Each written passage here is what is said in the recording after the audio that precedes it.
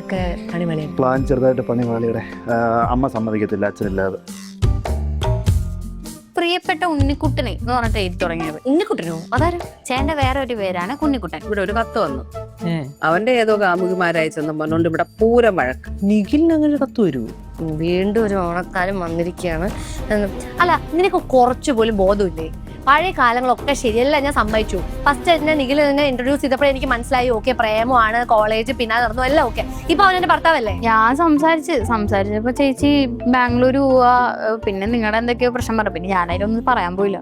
പിന്നെ അവള് പോത്തൊന്നുമില്ല, അവള് പോവാരിക്കുള്ള വഴിയൊക്കെ എനിക്കറിയാം.